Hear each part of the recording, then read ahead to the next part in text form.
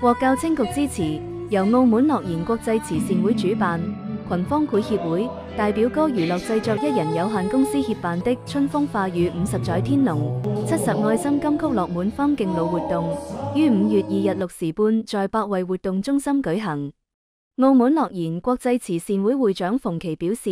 音樂是跨越代際的語言，盼以歌聲搭建橋樑，讓長者感受社會關懷。